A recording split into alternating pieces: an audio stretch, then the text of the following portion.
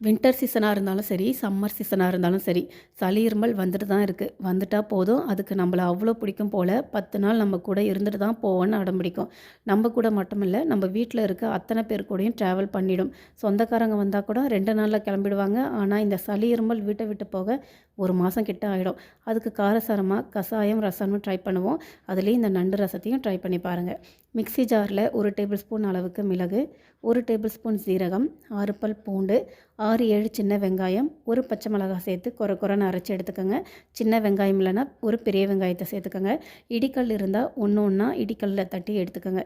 இது கூட ஒரு பழுத்த தக்காளி பழம், 1/2 டீஸ்பூன் மஞ்சள் தூள், தேவையான அளவு உப்பு, பெரிய சைஸ் நெல்லிக்காய் அளவு புளியை கரைச்சி சேர்த்துக்கோங்க.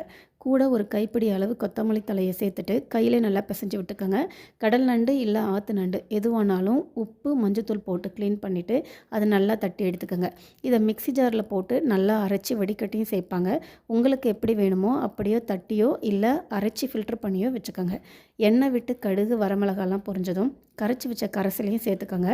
ஒரு 3-4 கிளாஸ் அளவுக்கு தண்ணி நல்லா சேர்த்துட்டு கொஞ்சம் பெருங்காயம், தட்டி வச்ச நண்டையும் சேர்த்து நல்லா ஒரு 10 நிமிஷத்துக்கு கொதிக்க விடுங்க.